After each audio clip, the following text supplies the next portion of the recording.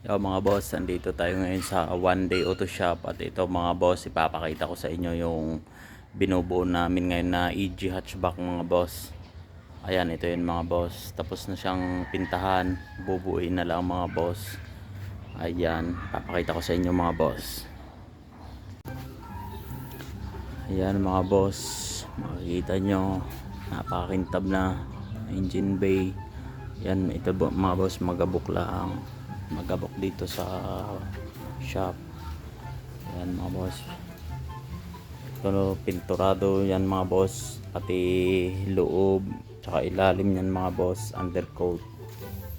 Ayan mga boss, bubulihin pa yan yung kanyang body. Ayan, napaka sariwa niyan mga boss. Roof cut din yan mga boss, palit ng bubong. Ayan, loob.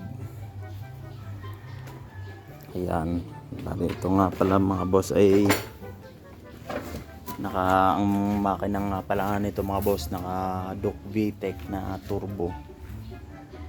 Ayan, ayan yung kanyang bubong mga boss.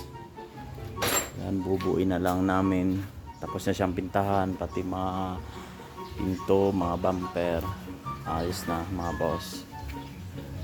Ayan, ito naman yung kanyang talangka, naka ready na. Ayan, maraming salamat mga boss. Shoutout nga pala sa may-ari nito na tiga Batangas City. Ayan, shoutout boss.